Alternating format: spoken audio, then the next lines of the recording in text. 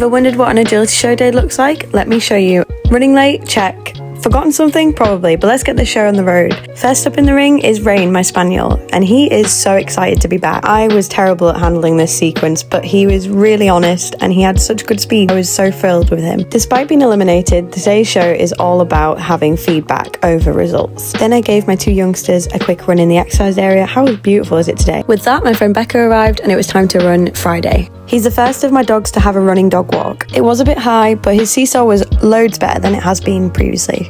Friday's also quite square in his body, so the S-lines are really difficult for him, but I was so happy that he picked this one up. And being the consistent boy he is, we managed to finish this one on a clear. Now we headed back to the van and had a quick wait whilst they set up Rogue's course. I forgot to record the course walking, but then I went and got Rogue and we warmed up ready for her run. I personally like to get my dogs moving a lot in the exercise area, so we spent 10 minutes playing and moving and chasing before we got in the ring. Rogue can be quite sensitive and weaves have been a real nemesis of ours, so it seems like the 10-pole curse is back, but other than that she was foot perfect and was so honest when she was listening to me on the handling side of things, so I was really pleased with her. Despite really loving her toy, she always wants to race out for treats, and here I'm using the pate that you saw me prepare in the last video. Then it was back for a quick swap of dogs and Friday was up next. He even managed to spot Becca too. I've no idea what was going on with my handling today. We were just reading everything differently to what I was expecting, and it's not their fault.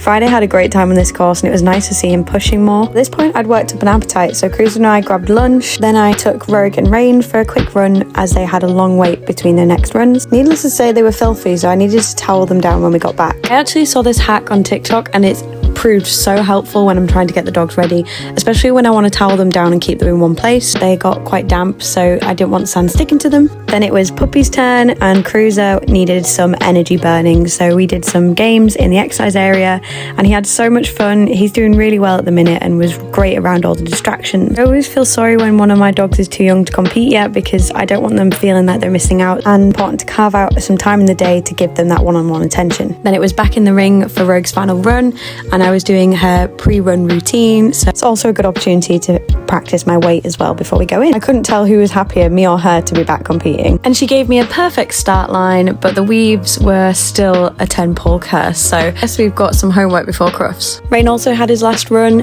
and today's goal for him was just getting some prep on this surface. We're going to be doing some tryouts in a couple of weeks' time for an international team, and the surface will be sand, and it was great for us to get our grips on that. The collies and I decided we needed some retail therapy, so we headed over and we was checking out Pause Trading. If you don't know them, get to know them because they have everything. I mean, look at this. Is it not dog sport girls heaven? Picked up some treats and Becca picked up this really funky snake. Took the boys to enjoy the sunset and have a race around before our last run. We'd been here since 8:30 in the morning and it was 9 hours in total by this point, so Friday was really cool. He had one mistake and his dog walk was amazing. I really couldn't ask for any more. Finished day, we picked up our rosette, took a picture, and that is what life is like at a Jill's show.